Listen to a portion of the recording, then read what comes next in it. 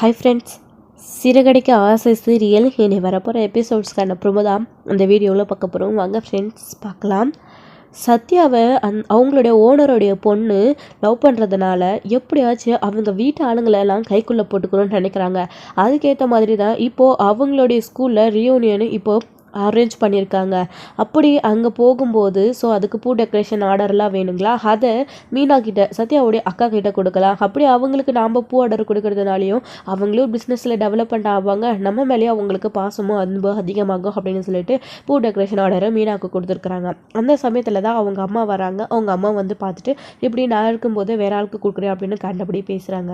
உன்னை எப்படியாச்சும் வீட்டை விட்டு துரத்தணும்னு நான் பார்த்துட்ருக்கேன், ஆனால் நீ அதுக்குள்ளே என் பொண்ணை உன் பக்கம் இழுக்கலான்னு பார்க்குறியா அப்படின்னு சொல்லிட்டு அவங்க ஒரு பக்கம் பொறாமப்பட்டு இருக்காங்க. இங்க மீனா என்னதான் பண்ணாலையோ அவங்களுடைய வேலையில அவங்க முன்னேறிக்கிட்டே தான் போயிட்டு இருக்காங்க. பொக்கையெல்லாம் வேணும் அப்படின்னு கேட்டதுலேருந்தே பெரிய பொக்கவை கேட்குறாங்க அப்படின்னு சொல்லிட்டு அது யாருக்காக இருக்கும், நம்ம சத்யாவுக்காக தான் இருக்கும் அப்படின்னு சொல்லிட்டு மீனா அப்போவே கெஸ் பண்ணிடுறாங்க. சத்யாவும் திருன்னு முடிக்கிறாங்க. நம்மக்கிட்ட அவங்க விஷயத்த சொல்லிட்டாங்க. சத்யாவுடைய மனசுலையும் அவங்கள லவ் பண்ணணும்னு என்றோ கல்யாணம் பண்ணிக்கணும்னு ஆசை இருக்குது. அதனால தான் அவருமே எதுவும் சொல்கிறதில்ல. சத்யாவோட சேர்த்து அவங்களுடைய பொண்ணை, சிந்தாமணியோடைய பொண்ணை அவங்க இங்கே பார்த்துருந்தாங்கன்னா கண்டிப்பாக கோவப்பட்டிருப்பாங்க. எப்படியோ ஜஸ்ட் மிஸ்ஸில் அங்கேருந்தே அவரு கிளம்பி போயிட்டாரு சத்யா. அதனால் இவங்க தப்பிச்சிட்டாங்க. இப்போது இல்லைனா அதுக்கும் நீயே அந்த பையனோட சுற்றுற அப்படின்னு சொல்லிட்டு பயங்கரமாக சண்டை போட்டுட்ருப்பாங்க. அவங்க நம்ம அப்பாவுடைய கம்பெனியில் வேலை செஞ்சிட்ருக்காங்க அப்படின்ற விஷயம் சிந்தாமணிக்கு தெரியாது. அப்படி தெரிஞ்சிருந்தால் கண்டிப்பாக கோவப்பட்டிருந்திருப்பாங்க. ஏன் மீனா மேலே இருக்கிற கோவத்தில் உடனே அந்த வேலையை விட்டு அவனை தூக்க சொல்லுவோம் அப்பாவை அப்படின்னு கூட சொல்லியிருக்கலாம். ஆனால் கண்டிப்பாக இதுக்கு அவங்க பொண்ணு ஒத்துருந்துருக்க மாட்டாங்க. அம்மாவுக்கும் பொண்ணுக்கும் பெரிய வாக்குவாதம் தான் இருக்கும். இப்போவே இவன் நம்ம பேச்சை கேட்க மாட்டேன்றாலே, அவளோட லைஃப் விஷயத்தில் நம்ம சொல்கிற பேச்சை அவள் கேட்பாளே அப்படின்னு சிந்தாமணிக்கு இப்போவே ஒரு டவுட் வந்திருக்கு. அப்படியே அந்த ஃப்ளாட்டில் ஒரு ஆளை பார்க்க வந்தாங்களா, அவங்க பார்க்கறதுக்காக நேராக போயிட்டு இருக்காங்க. அதுவும் கோவத்தோடையே வந்து போயிட்டுருக்காங்க மீனாவை பார்த்து மறைச்சிக்கிட்டு. மீனாவும் அவங்க பாட்டுக்கு அவங்களே வேலையை பார்த்துட்ருக்காங்க. அப்போ தான் கொஞ்ச நேரத்துலேயே முத்துவும் அங்கே வராரு. முத்து வந்த உடனே மீனா என்ன எப்படி போகுது வேலையெல்லாம் அப்படின்னு, அதெல்லாம் நல்லதாங்க போயிட்டுருக்கு. இப்போ தான் பூ வாங்கிட்டு போயிட்டே இருக்காங்க எல்லாரும். இன்னும் கொஞ்ச நேரத்துல எல்லாமே பூ வித்துரும் அப்படின்னு சொல்கிறாங்க. ஓ அப்படியா மீனா, சரி அப்படின்னு. என்னங்க திடீர்னு இந்த பக்கம் அப்படின்னு. இல்லை மீனா, ஒரு சவாரி வந்தேன், அதை முடிச்சுட்டு அப்படியே உன்னை பார்த்துட்டு போகலான்னு வந்தேன். அது மட்டும் இல்லாமல் உனக்கு குடிக்க ஜூஸ் வாங்கிட்டு வந்தேன் மீனா, அதான் கொடுத்துட்டு போகலான்னு சொல்லிட்டு அப்படின்னு சொல்கிறாங்க. என்னங்க திடீர்னு புதுசாக எனக்காக ஜூஸ்லாம் வாங்கிட்டு வந்திருக்கீங்க அப்படின்னு மீனா கேட்குறாங்க. ஏன் மீனா, நான் உனக்கு ஜூஸ் எல்லாம் வாங்கிட்டு வரக்கூடாதா? நான் என்ன திருட்டுத்தனமாக ஒன்று லவ் பண்ணிட்டு இருக்கேன், உனக்கு ஜூஸ் வாங்கிட்டு வந்து கொடுக்கலாம் தயங்கிறதுக்கு? நீ பொண்டாட்டி மீனா, பொண்டாட்டி உனக்கு வாங்கிட்டு வந்து கொடுக்காம வேறு யாருக்கு நான் வாங்கிட்டு வந்து கொடுக்க போகிறேன்? வீட்டிலலாம் அதெல்லாம் செஞ்சால் சும்மாவே அவங்களுக்கு எல்லாருக்குமே நம்மளை பார்த்தாவே ஆகாது, வயிறு எரியும். இதெல்லாம் ஜூஸ் மட்டும் வாங்கிட்டு வந்து கொடுத்துட்டேன்னு வச்சுக்கா, அவ்வளோதான் தாமதமும் குதிப்பாங்க. ஆனால் அதுக்கெல்லாம் பயப்படுறவன் நான் கிடையாது. எனக்கு என்ன பண்ணணும்னு தோணுது அதை பண்ணுவேன். என்னமோ இப்போ தோணுச்சு வாங்கிட்டு வந்தேன் மீனா, இப்போ என்னப்போ ஜூஸை குடிப்பியா வேண்டாவா? இத்தனை கேள்வி கேட்குறேன் அப்படின்னு கொடுங்க அப்படின்னு சொல்லிட்டு மீனா வாங்க அதை குடிச்சிட்டு இருக்காங்க. அப்போதான் சிந்தாமணி மேலே போனவங்க அந்த ஆள்கிட்ட பேசி முடிச்சுட்டு கீழே வரும்போது முத்துவை பார்க்குறாங்க. பார்த்துட்டு என்ன மீனா இந்தம்மா எங்கே வந்துட்டு போகுது அப்படின்னு. தெரியலங்க, நமக்கு எதுக்கு வம்பு, அது யாரையோ பார்த்துட்டு போயிட்டு போகிறாங்க அப்படின்னு சொல்கிறாங்க. ஓ அப்படியா, இந்த அம்மாவுக்கு இன்னும் மேலே இருக்கிற கோவம் போல இருக்கே அப்படின்னு சொல்லிட்டு முத்து கேட்டுட்டு இருக்காங்க. அது எப்படிங்க போகுங்க, அது ஜென்மத்துக்கு போகாது. நான் இந்த பூ கொட்டுற தொழிலை விட்டால் மட்டும்தான் அவங்களுடைய கோவம் போகும். மற்றபடி அவங்களுக்கு போட்டியாக நான் இருக்கிறேன் அப்படின்ற கோவத்தில் எப்பயுமே இருந்துகிட்டே தான் இருப்பாங்க. அவங்க எப்படி என் மேலே கோவப்படுறாங்களோ அதுக்கேற்ற மாதிரி நானும் முன்னேறிக்கிட்டு வளர்ந்துட்டு போயிட்டே இருக்கேங்க. எப்படி நமக்கு ஒருத்தவங்க போட்டியில் எதிரி இருக்காங்களோ அப்போ தான் அவங்களை ஜெயிச்சு முன்னேறி போகணுன்ற வெறி இருக்கும். அந்த மாதிரி தான் இந்த சிந்தாமணியை நினச்சிக்கிட்டு நானும் என்னுடைய வளர்ச்சியில் என் பாட்டுக்கு முன்னேறி போயிட்டே இருக்கேன் அப்படின்னு மீனா சொல்லிட்டு இருக்காங்க. கரெக்டு மீனா, இப்போ தான் நீ எல்லாத்தையும் சரியாக பண்ணிகிட்ருக்க. இந்த ஒரு தன்னம்பிக்கை போதும், நீ அடுத்தடுத்து முன்னேறி போயிட்டே இருப்பா அப்படின்னு முத்து சொல்லிட்டு இருக்காங்க. சிந்தாமணியும் அங்கேருந்து கிளம்பி போயிட்டாங்க. இப்போ இங்கே நின்று நான் இந்த கடையில் பூ கட்டிகிட்டு இருக்கேனே, இதுவே அவங்களுக்கு பெரிய கோபத்தை உண்டு படுத்தும். அதனாலேயே என்னை பார்க்கும்போதெல்லாம் முறைச்சிக்கிட்டே போவாங்க அப்படின்னு மீனா சொல்லிட்டு இருக்காங்க. விடுமீனா பார்த்துக்கலாம் அப்படின்னு. இப்போ கூட பாருங்கள், சத்யா வேலை செய்கிற கம்பெனியோட ஓனருடைய பொண்ணு அவங்க ஸ்கூலில் ஏதோ ரீயூனியன் ஃபங்க்ஷனா அப்படின்னு சொல்கிறாங்க. என்ன மீனா என்ன சொல்கிற நீ அப்படின்னு.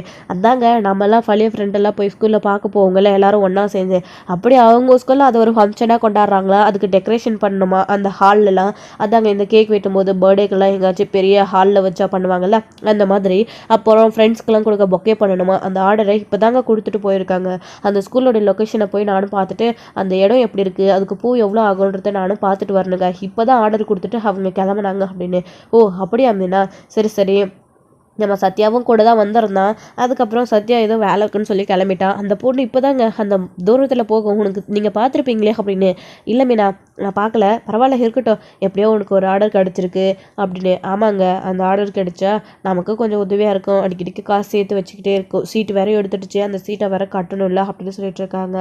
ஆமாம் மீனா, என்ன பண்ணுறது, நாமளும் கொஞ்சம் கொஞ்சமாக சேர்த்து வச்சு ஒரு மேலே ரூம் போடலான்னு நினச்சிட்ருக்கோம். ஏதாவது ஒரு விதத்தில் செலவாயிட்டே போயிட்டே இருக்குது. எனக்கு ரொம்ப கஷ்டமாக இருக்கு மீனா. கஷ்டப்பட்டு நம்ம சேர்த்து வச்ச பணம், அது மட்டும் இல்லாமல் காரு எல்லாத்தையும் இப்படி விற்றுட்டு, அதாவது செல்வத்துக்கு கொடுத்துட்டு நான் இப்படி ஒன்று நிற்க வச்சுட்டேனே அப்படின்னு சொல்லிட்டு இருக்காங்க. விடுங்க, எதுக்கு இப்போ நடந்த விஷயத்த பேசிக்கிட்டு, எல்லாரும் நல்லதுக்கு தானே பண்ணுறோம். செல்வண்ணா யார், நம்ம ஃப்ரெண்டு, உங்கள் ஃப்ரெண்டு, அவருக்கு பண்ணாமல் வேறு யாருக்கு பண்ண போகிறோம், விடுங்க நீங்கள் அப்படின்னு சொல்லிட்டு இருக்காங்க மீனா. சரி மீனா, நீ போய் அந்த வேலையை பாரு, நான் கிளம்புறேன் அப்படின்னு சொல்லிட்டு முத்து அங்கேருந்து கிளம்பி ஸ்டாண்டுக்கு போயிட்டுருக்காரு. இப்போது இங்கே அவங்களுடைய பொண்ணு, சிந்தாமணியோட பொண்ணு மீனாவுக்கு ஆர்டர் கொடுத்துட்டு போகிறாங்களா, அவங்களுக்கு அந்த கோவம், அந்த கோவத்தில் ஏதாச்சும் பண்ணணும் அப்படின்னு சொல்லிட்டு எப்படி ரோஹிணியோடைய வாழ்க்கையில் மனோஜ் அவங்களும் ஒன்று சேர்ந்ததுக்காக பொய்யா ஒரு குறி சொல்கிற அம்மாவை அனுப்பி வச்சாங்களோ, அதே மாதிரி மீனாவை வீட்டை விட்டு வெளியில் அனுப்புகிறோம் அப்படின்றதுக்காக சிந்தாமணி வந்து விஜயாவுக்கு கால் பண்ணி ஒரு அதே பொய்யான சாமியார் அம்மாவை அனுப்புறதுக்காக அந்த அம்மாவுக்கு கால் பண்ணுறாங்க. அந்த அம்மாவுக்கு கால் பண்ணி எல்லா விஷயங்களையும் சிந்தாமணி சொல்லிட்டுறாங்க. சொன்ன உடனே அவங்களும் சரின்னு சொல்லிடுறாங்க. அப்போ மாஸ்டர், நான் சொன்ன மாதிரி பூஜைக்கு ஏற்பாடு பண்ணிவிட்டு நீங்கள் பூஜைக்கு தேவையான பொருளெல்லாம் வாங்கி வச்சுட்டு நான் அந்த சாமியாரை வர சொல்லட்டுமா, நீங்கள் சொல்லியிருந்தீங்கல்ல அவங்கள எப்போ வர சொல்லட்டும் அப்படின்னு கேட்கும்போது வெள்ளிக்கிழமை வர சொல்லுங்க அப்படின்னு சொல்கிறாங்க. சரி மாஸ்டர், அப்போ நான் அவங்கள வர சொல்லிடுறேன், அவங்க ரொம்ப சக்தி வாய்ந்தவங்க மாஸ்டர், அவங்க என்ன சொன்னாலே அப்படியே அதை நடக்கும், நீங்கள் அதை அப்படியே மறக்காமல் செஞ்சிடுங்க அப்படின்னலாம் வந்து சொல்கிறாங்க. சரி அப்படின்னு சொல்லிட்டு அவங்களுமே கூட ஓகே அப்படின்னு சொல்லிட்டு ஃபோனை கட் பண்ணிடுறாங்க.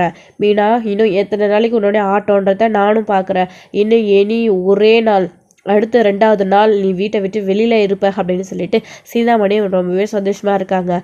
அப்புறமா இந்த மாதிரி வீட்டுக்கு பூஜை செய்கிறதுக்கு ஆள் வராங்க, எல்லாத்தையும் ஏற்பாடு பண்ணணும் அப்படின்னு சொல்லிட்டு எல்லாமே வந்து விஜயா வந்து வீட்டில் எல்லாருக்கிட்டேயும் சொல்கிறாங்க. அதெல்லாரும் கேட்டு இதெல்லாம் எதுக்கு அப்படின்னு சொல்லிட்டு அண்ணாமலை சொல்லிட்டு இருக்காரு. வேற எதுக்குங்க, நம்ம வீட்டில் இருக்கிற பிரச்சனை எல்லாம் சரியாகும், நம்ம பிள்ளைங்களோட வாழ்க்கை சரியாகணும்ல, அதுக்காக தான் ஸ்ருதியும் திரும்பவும் நம்ம வீட்டுக்கு வரணும், மனோஜுக்கு டிவோர்ஸ் கிடைக்கணும்ல, அதுக்காக தான் அப்படின்னு சொல்லிட்டு இருக்காங்க. அதுக்காக இந்த பூஜை பண்ணால் சரியாக போயிடுமா அப்படின்னு அண்ணாமலை சொல்லிட்டு இருக்காரு. எல்லாம் சரியாக போகுங்க, அவங்க உண்மையிலேயே ரொம்ப சக்தி வாய்ந்த சாமியாடி அம்மாவா அப்படின்னு எல்லாம் வந்து விஜயா சொல்லிட்டு இருக்காங்க. ஏங்க, உங்களுக்கு இன்னொரு விஷயம் தெரியுமா, அந்த நீத்து பொண்ணு போய் நான் பார்த்து பேசினேன், ரவியோட வாழ்க்கையிலேருந்து அந்த பொண்ணை போயிட சொல்லி கேட்டேன். ஆனால் அந்த பொண்ணு கொஞ்சம் கூட புரிஞ்சுக்காம லூசுத்தனமாக பேசுதுங்க. என்கிட்டயே ரவிக்கு டிவோர்ஸ் வாங்கி குடிச்சிட்டு உங்கள் பெரிய பிள்ளை மாதிரி எனக்கு ரவியை கல்யாணம் பண்ணி வச்சுருங்கன்னு கேட்குதுங்க அப்படின்னு சொல்லவும் இதை கேட்ட அண்ணாமலையுமே அதிர்ச்சி ஆகுறாரு. என்ன விஜயா, என்ன சொல்கிறா, அந்த பொண்ணு அந்த அளவுக்கு பேசிகிட்ருக்கா அப்படின்னு. ஆமாங்க, அந்த பொண்ணு அப்படி தான் பித்து பிடிச்ச மாதிரி ரவின்னு ரவி பேரையே சொல்லிட்டுருக்கு. எனக்கு வர கோவத்தில் அந்த பொண்ணு அப்படியே ஏதாச்சும் பண்ணிடணும்னு தோணுச்சு, ஆனால் அப்படி ஏதாச்சும் பண்ணால் அதே நம்ம பையனுக்கு பிரச்சனையாக போயிடணும், என் பாட்டுக்கு பேசாமல் வந்துட்டேங்க அப்படின்னு சொல்கிறாங்க. ஆமாம், நீ எதுக்கு அங்கே போன, முத்து மீனா போய் பேசியே சரி பண்ண முடியல, நீ போய் சரி பண்ணிடுவியா அப்படின்னு.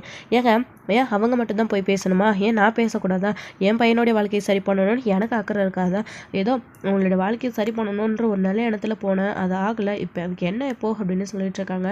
முடிஞ்சால் நீங்கள் போய் அந்த பொண்ணுக்கிட்ட பேசி பாருங்கள், அந்த பொண்ணு உங்களுக்கே கொஞ்சம் கூட மதிப்பு மரியாதை கொடுக்காது தான் பேசும் அப்படின்ற மாதிரி விஜயா சொல்லிட்டு இருக்காங்க.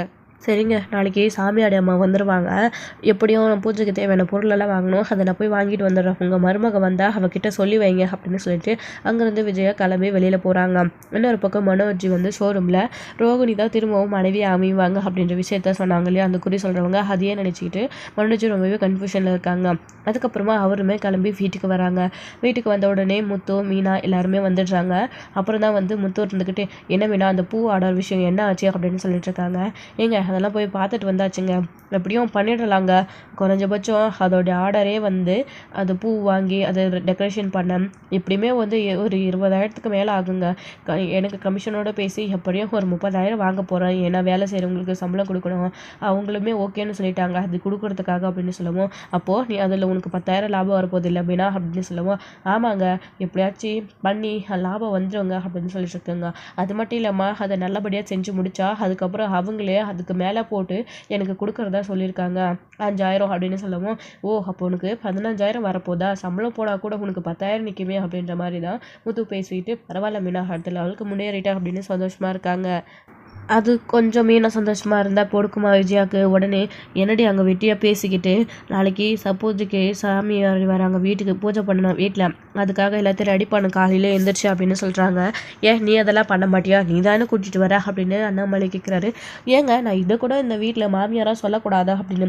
நீ மாமியாராக சொல்லலாம், ஆனால் இப்படி அதிகாரம் பண்ணக்கூடாது மீனாவை. அவளே இன்றைக்கெல்லாம் பூ காட்டுற ஆர்டர் விஷயமா எல்லாத்தையும் பேசி முடிச்சுட்டு டயர்டாக தானே இருக்காங்க, நீ ஏன் செய்யக்கூடாது அது அப்படின்ற மாதிரி அண்ணாமலை விஜயாவை கேட்டுட்டு இருக்காங்க. மாமா விடுங்க, நம்ம வீட்டுக்காக தானே நான் பண்ணுறேன் அப்படின்னு மீனா சொல்லிட்டு இருக்காங்க. அதுக்கப்புறம் எல்லாரும் படுத்து தூங்க போயிடுறாங்க. மறுநாள் காலையில் எழுந்திரிச்சு மீனா பூஜைக்கு எல்லாமே ரெடி பண்ணி வச்சுருக்காங்க. அந்த சாமியார் அம்மாவே வந்துடுறாங்க. விஜயா வந்து அவங்க எப்போ வருவாங்க அப்படின்னு வெயிட் பண்ணிகிட்ருக்காங்க. சிந்தாமணி ஆல்ரெடி காலையிலே ஃபோன் பண்ணி திரும்பவும் அவங்களுக்கு எல்லாமே ஞாபகப்படுத்தி விட்டுருக்காங்க. அவங்களுமே நீங்கள் சொன்னதை நான் அப்படியே செஞ்சுட்டு நான் வரேன் அப்படின்னு சொல்லிட்டு இங்கே வராங்க. அப்படியே வீட்டில் எல்லாரும் பேசிகிட்டே இருக்கும்போது கரெக்டாக அவங்க வந்துடுறாங்க. மனோஜ் இந்த அம்மாவை பார்த்ததும் பயங்கர அதிர்ச்சி ஆகுறாரு. இவங்க எங்கம்மா இங்கே அப்படின்னு சொல்லிட்டு, என்னடா இவங்கள உனக்கு முன்னாடியே தெரியுமா அப்படின்னு. ஆமாம்மா, என் ஷோரூமுக்கு வந்து குறி சொல்ல வந்தாங்க, நல்லதாக ஏதாச்சும் சொல்லுவாங்கன்னு பார்த்தா அந்த ரோகிணி தான் திரும்பவும் எனக்கு மனைவியாக அமைவாங்க அப்படின்னு சொல்கிறாங்க. எனக்கு ரொம்ப அதிர்ச்சி ஆச்சுங்க. இவங்களவா நீ நம்புற, இதெல்லாம் பொய்மா அப்படின்னு சொல்லிட்டு இருக்காங்க. அப்படியெல்லாம் இல்லை மனோஜ், இவங்க உண்மையிலே ரொம்ப பெரிய ஆளா, இவங்க சொல்கிறதெல்லாம் நடக்குமா, அதுக்கு தான் நான் எங்களை வர சொல்லி ஏற்பாடு பண்ணியிருக்கேன். அவங்க சொன்ன மாதிரியே ஆனால் நடக்கும். இவங்க சொல்கிற பூஜை பண்ணிவிட்டு ஏதாச்சும் பரிகாரம் செஞ்சால் அதுவும் உடையும் இல்லை, உனக்கு கண்டிப்பாக டிவோர்ஸ் கிடச்சிரும், நீ அமைதியாயிரு மனோஜ் அப்படின்னு சொல்கிறாங்க. அதுக்கப்புறம் அவங்கள உள்ளே வர வச்சு பூஜைக்கு எல்லாம் ஏற்பாடு பண்ணிடுறாங்க. முத்து இவங்களை பார்த்து என்ன பண்ணிட்டுருக்கீங்க காத்தாலேயே எல்லாரும் அப்படின்னு கேட்குறாங்க. நேற்றே அத்தை பூஜை பண்ணணும்னு சொன்னாங்களே, என்ன கேள்வி இது அப்படின்னு. ஓ, அதுக்கு இந்த அம்மாவை தான் கூட்டிகிட்டு வந்திருக்கீங்களா அப்படின்னு முத்து சொல்லிட்டுருக்காரு. என்னங்க என்னமோ தெரிஞ்ச அம்மா மாதிரியே பேசிகிட்டு இருக்கீங்க அப்படின்னு. இல்லை, இந்த அம்மாவை பார்த்தா சாமியார் மாதிரியே தெரியுது, போலி அம்மா மாதிரி தெரியுது அப்படின்னு முத்து அப்பவே கலாய்ச்சிட்ருக்காரு. பேசாமல் அமைதியாரடா அப்படின்னு பூஜை பண்ண ஸ்டார்ட் பண்ணுவோம். அவங்க சாமி வந்த மாதிரி நடிக்கிறாங்க. இந்த வீட்டில் நடக்கிறதுக்கு எல்லாத்துக்கும் காரணம் மீனா தான் அப்படின்னு மொத்த பள்ளியும் மீனா மேலேயே போட்டுடுறாங்க. இதை கேட்டு மீனா ரொம்பவே அதிர்ச்சி ஆகுறாங்க. என்னம்மா நீங்கள் என்ன சொல்கிறீங்க அப்படின்னு. இந்த வீட்டில் பெரிய தலைக்கு ஆபத்து, புருஷன் உயிருக்கு ஆபத்து, அது இவளால் தான். இவ இந்த வீட்டுக்கு வந்த நேரம் தான் அப்படி இருக்குது. இவ வீட்டை விட்டு போனால் எல்லாமே சரியாக போயிடும். இப்போது புருஷனோட உயிர் ஊசலாடிட்டு இருக்கு அப்படின்னு எல்லாம் சொல்லவோ எல்லாருமே பயங்கர அதிர்ச்சி. மீனா ரொம்பவே அழுதுட்டுறாங்க. முத்து இதை கேட்டு என்ன இது சுத்த பயத்தை காரத்தனமாக இருக்குது அப்படின்னு பயங்கரமாக பேச ஆரம்பிச்சிடுறாரு. நீங்கள் எதுவுமே பேசாதீங்க, என்னால் மாமா ஊருக்கு ஆபத்து அப்படின்னா நான் இந்த வீட்டில் இல்லை அப்படின்னு மீனா எடுத்து அடியே சொல்லிடுறாங்க. இதை கேட்டு விஜய் அமைதியாக இருப்பாங்களா? நான் தான் ஏற்கனவே சொன்னேங்க, இவ வந்த நேரம் தான் இந்த வீட்டில் எதுவுமே சரியில்லை அப்படின்னு. இவ வீட்டை விட்டு போனால் எல்லாமே சரியாயிடும்னு இப்போ பாருங்கள் அந்த சாமியார் அம்மா சொல்கிறாங்க. எனக்கு இதில் அவ்வளோ நம்பிக்கை இருக்குங்க. உங்கள் உயிருக்கு ஆபத்துன்றப்போ இதுக்கு மேலேயே இவ்வளோ நான் இந்த வீட்டில் வச்சுருக்க மாட்டேன். இப்போவே நீ இந்த வீட்டை விட்டு வெளியில் போகணும் அப்படின்னு சொல்லிட்டு விஜயா வந்து சொல்லிட்டு இருக்காங்க. முத்து இது கேட்டு என்னது இது சுத்தம் பைத்தியக்காரத்தானோ அப்படின்னு திட்டிக்கிட்டே தான் இருக்காரு முத்து வந்துட்டு. அண்ணாமலையுமே இது கேட்டு எதுவுமே சொல்லாமல் அமைதியாக இருக்காங்க. மீனா வந்து எனக்கு மாமா உயிர் முக்கியங்க, நாம் இப்போ இங்கேருந்து கிளம்பி போயிடுறேன் நான் அப்படின்னு சொல்லவும், என்ன மீனா இப்படி பேசிகிட்டு இருக்க, அவங்க தான் ஏதோ சொல்கிறாங்கண்ணா.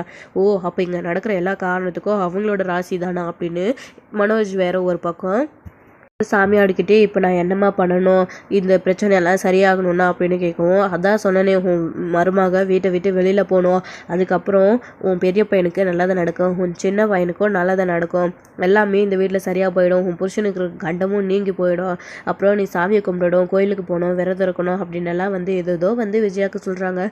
எல்லாத்தையுமே விஜயாவுமே கேட்டு தெரிஞ்சுக்கிறாங்க. அதுக்கப்புறம் சாமி மலையேறிது. அவங்களோட ஃபீஸை வாங்கிட்டு அவங்க கிளம்பி போயிடுறாங்க.